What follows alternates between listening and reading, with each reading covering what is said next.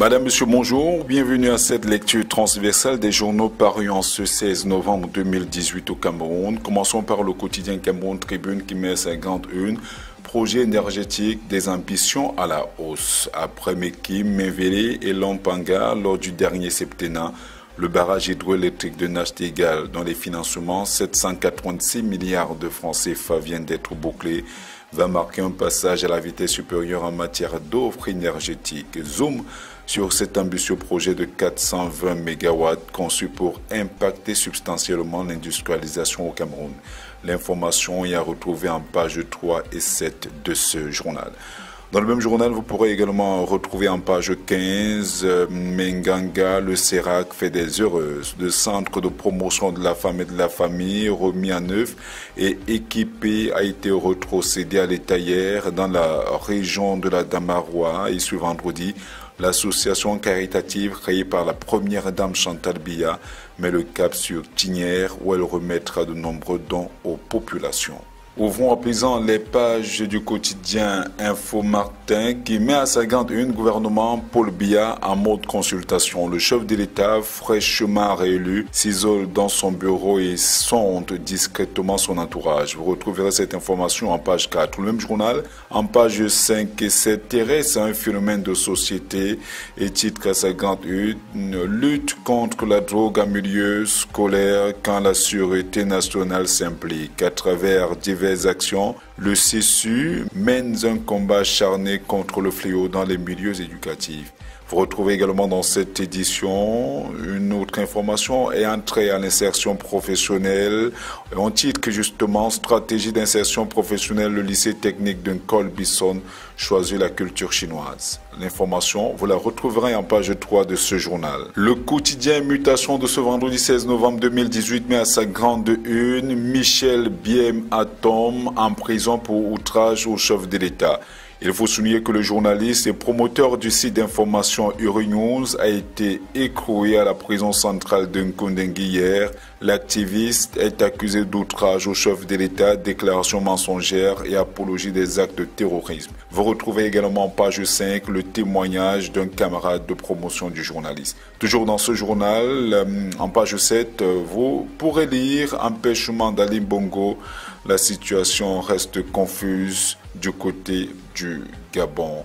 Le journal Mutation s'intéresse également au phénomène des pièces de monnaie qui sont actuellement vendues en ligne au Cameroun. Le billet hebdomadaire L'œil du Sahel de ce vendredi met à sa grande une enseignement secondaire, l'ère des vaches maigres pour les proviseurs. Au niveau du Parlement, on pourrait également lire dans ce journal qu'une loi pour accroître la sécurité sanitaire des aliments est en examen au Parlement. Mais également dans ce journal, on parle aussi d'élevage et on titre 11 millions de petits ruminants à vacciner contre la peste. L'information est à lire en page 6 de cette édition. Le journal de Jules Brice Ngaba, le Pélican, titre à sa grande une en résorption du déficit énergétique au Cameroun, Nachtigal, une grande opportunité.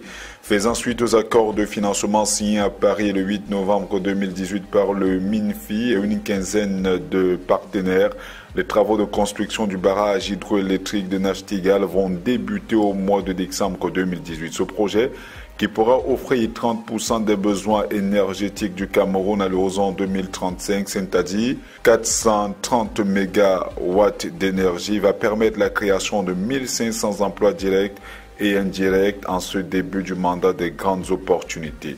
Vous pourrez également retrouver dans ce journal une autre information consacrée à l'amélioration des conditions d'assainissement pluvial, d'hygiène et de la santé des populations de Yaoundé et de ses environs. Le journal titre d'ailleurs à manchette 600 milliards de francs CFA mobilisés.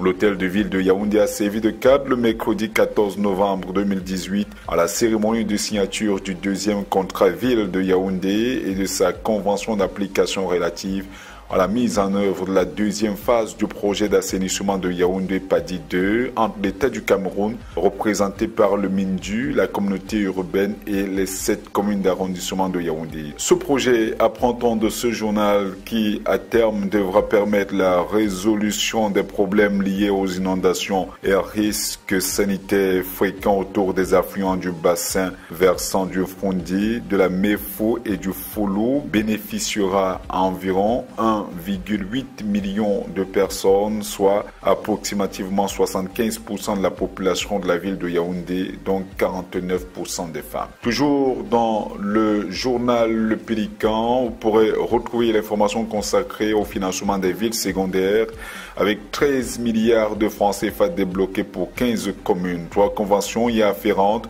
ont successivement été signées le 13 novembre 2018 entre, d'une part, le ministre de l'économie, de la planification et de l'aménagement du territoire et d'autre part, l'ambassadeur et le chef de délégation de l'Union européenne. Le quotidien de l'économie titre à sa grande une « Alternative, petites et moyennes entreprises, comment tirer davantage des marchés financiers ». Des experts ont présenté les opportunités pour une entreprise qui veut prospérer, obtenir des financements gratuits sur le long terme par le biais de l'actionnariat. On retrouvera également dans ce journal en page 3 la longue attente du second pont sur le Vouré qui a d'ailleurs été ouvert à la circulation depuis quelques jours du côté de la métropole économique. Toujours dans le quotidien de l'économie, on parle également de l'accompagnement avec ce que le Mincommerce apporte à Promote. Le tri hebdomadaire le soir met à sa grande une dotation spéciale. Le chef de l'État offre près de 50 véhicules aux autorités administratives. Le ministre de l'administration territoriale a procédé à la remise des 10 véhicules hier après-midi au cours d'une cérémonie sobre en présence du gouverneur de la région du Sud-Ouest à l'esplanade de son département ministériel. Toujours dans ce journal, on retrouvera l'affaire concernant Nestel avec les 23 espions vietnamiens dont les contrats sont arrivés à expiration. Le journal souligne que les taux se referment autour des Vietnamiens. Le contrat de travail du directeur général de Vietel Cameroun est expiré depuis le 24 juin 2018. Pourtant, il continue d'exercer à la tête de cette entreprise en toute illégalité, comme si de rien n'était. L'information, vous la retrouverez en page 4 et 6 de ce journal. Vous retrouvez également l'information consacrée aux véhicules offerts par le président de la République par le truchement de Paul Atangandi, le ministre de l'administration territoriale, dans le journal L'Express, de pouvoir de dire un devoir de construire. Le même journal nous parle également du recrutement de 2000 enseignants au supérieur. Il souligne ce qu'il faut savoir. Cette information et bien d'autres sont également disponibles dans le journal L'Express, qui s'intéresse également au 7e mandat de Paul Biya avec la commune de Babadjou qui a célébré la victoire du renouveau, avec en manchette à la une de ce journal Madame Gisèle Tchangé, qui est la présidente de l'OFRDPC de cette localité. Le financier d'Afrique, pour sa part, s'intéresse sur le marché financier et titre à sa grande une « Le 5e emprunt obligataire du Cameroun souscrit à 138%. Les souscriptions ont atteint le montant de 207 milliards de francs CFA sur une demande initiale de 150 milliards de francs CFA. L'État va solliciter une rallonge de son emprunt. Vous retrouverez l'information en page 10 de ce journal. Toujours dans ce journal, on parle de diligence avec des cadres gabonais de la Banque des États de l'Afrique centrale qui ont été rappelés à l'ordre. Vous retrouverez les détails en page 11 de ce journal. Terminons cette revue de la presse de l'avant-week-end avec le journal Notre Santé qui met à sa grande une médicaments. Le déficit de calcium, cause principale des AVC. La déminéralisation de l'organisme provoque des arrêts cardiaques. L'utilisation du sulfate d'ammonium dans l'agriculture réduit l'apport des sols en calcium. Conséquence, légumes, fruits et autres aliments produits actuellement sont très faibles en calcium. Le dossier, vous le retrouverez en page 4 de ce journal. Ce journal nous permet également d'en savoir un peu plus sur l'épidémie de choléra avec 13 nouveaux cas suspects, 3 décès communautaires dans l'extrême nord, 17 nouveaux cas suspects dans la région du nord, aucun cas notifié dans la région du centre depuis le 27 août, aucun cas notifié dans la région du littoral depuis le 11 octobre. octobre prochain. Toujours dans ce journal, on parle également de prévention. Un groupe d'États s'oppose au texte de virginité. Vous lirez l'information en page 3.